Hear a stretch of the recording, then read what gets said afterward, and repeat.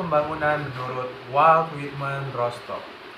Walt Whitman Rostow adalah seorang ekonom asal Amerika yang terkenal dengan teori 5 tahap pembangunan ekonomi. Menurutnya, pembangunan bukan sesuatu yang terjadi tiba-tiba, tapi merupakan proses bertahap yang dilalui oleh semua negara. Tahapan ini dimulai dari masyarakat tradisional, lalu masuk ke tahap prasyarat lepas landas, kemudian tahap lepas landas itu sendiri, lalu tahap menuju kedewasaan, dan akhirnya mencapai tahap konsumsi tinggi. Setiap tahap menggambarkan kondisi ekonomi dan sosial masyarakat yang makin berkembang. Negara berkembang biasanya berada di tahap awal dan tujuan akhirnya adalah menjadi negara maju dengan masyarakat yang sejahtera dan ekonomi yang stabil. Rostow percaya bahwa semua negara bisa maju asal mengikuti jalur pembangunan ini secara bertahap. Menurut Karl Marx, materialisme historis 1848, pembangunan selalu terkait dengan konflik kelas antara pemilik usaha dan kaum pekerja. Gagasan ini banyak tertuang dalam The Communist Manifesto yang ia tulis bersama Friedrich Engels pada tahun 1848. Dalam administrasi publik, teori ini memberi pembelajaran penting bahwa kebijakan pembangunan harus berpihak pada keadilan sosial. Negara dan birokrasi publik seharusnya tidak hanya mengejar pertumbuhan ekonomi, tetapi juga memperhatikan distribusi kekayaan, pemerataan akses, dan perlindungan terhadap kelompok rentan.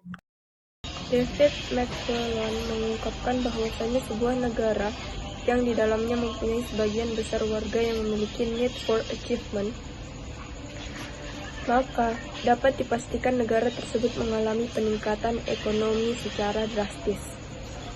Menurut David McClellan, need for achievement ialah keinginan mencapai prestasi tinggi.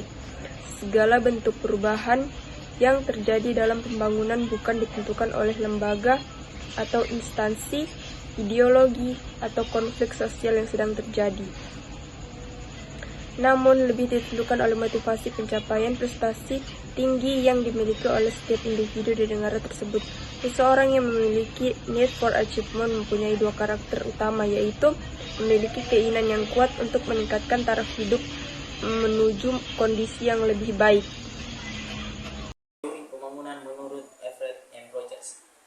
Teori pembangunan menurut Everett M. Rogers adalah proses perubahan sosial yang melibatkan partisipasi masyarakat. Pembangunan ini bertujuan untuk meningkatkan taraf hidup dan pendapatan per kapita. Penjelasan teori pembangunan Rogers: pembangunan merupakan proses perubahan sosial yang melibatkan partisipasi masyarakat luas. Pembangunan memungkinkan masyarakat memiliki kontrol yang lebih besar terhadap lingkungan mereka. Pembangunan merupakan proses penyebaran inovasi, di mana informasi teknik praktik, teknologi, atau metode baru dikomunikasikan kepada masyarakat. Komunikasi pembangunan berfungsi untuk mendapatkan dukungan masyarakat dan partisipasi mereka dalam pelaksanaan rencana-rencana pembangunan. Pembangunan merupakan proses perubahan yang berguna menuju suatu sistem sosial dan ekonomi yang diputuskan sebagai kehendak dari suatu bangsa. Rogers dan Sphinx 1969 juga mengungkapkan bahwa modernisasi pada tingkat individual berkaitan dengan pembangunan pada tingkat masyarakat. Modernisasi merupakan proses perubahan individual dari gaya hidup tradisional ke suatu cara hidup yang lebih maju. Sekian dari saya, terima kasih. Teori pembangunan menurut David Ricardo adalah salah satu teori ekonomi klasik yang dikembangkan oleh David Ricardo pada abad ke-19. David Ricardo mengembangkan teori keunggulan komparatif yang menyatakan bahwa setiap negara harus memfokuskan diri pada produksi barang dan jasa yang memiliki keunggulan komparatif, yaitu barang dan jasa yang dapat diproduksi dengan biaya yang relatif lebih rendah dibandingkan negara lain. David Ricardo percaya bahwa perdagangan internasional dapat meningkatkan kesejahteraan suatu negara dengan memungkinkan negara tersebut untuk memperoleh barang dan jasa yang tidak dapat diproduksi secara efisien di dalam negeri. Perdagangan internasional juga dapat meningkatkan spesialisasi dan efisiensi produksi. Keunggulan teori David Ricardo tentang keunggulan teori komparatif yaitu meningkatkan efisiensi produksi, meningkatkan kesejahteraan, meningkatkan spesialisasi, meningkatkan perdagangan internasional, mengurangi biaya produksi.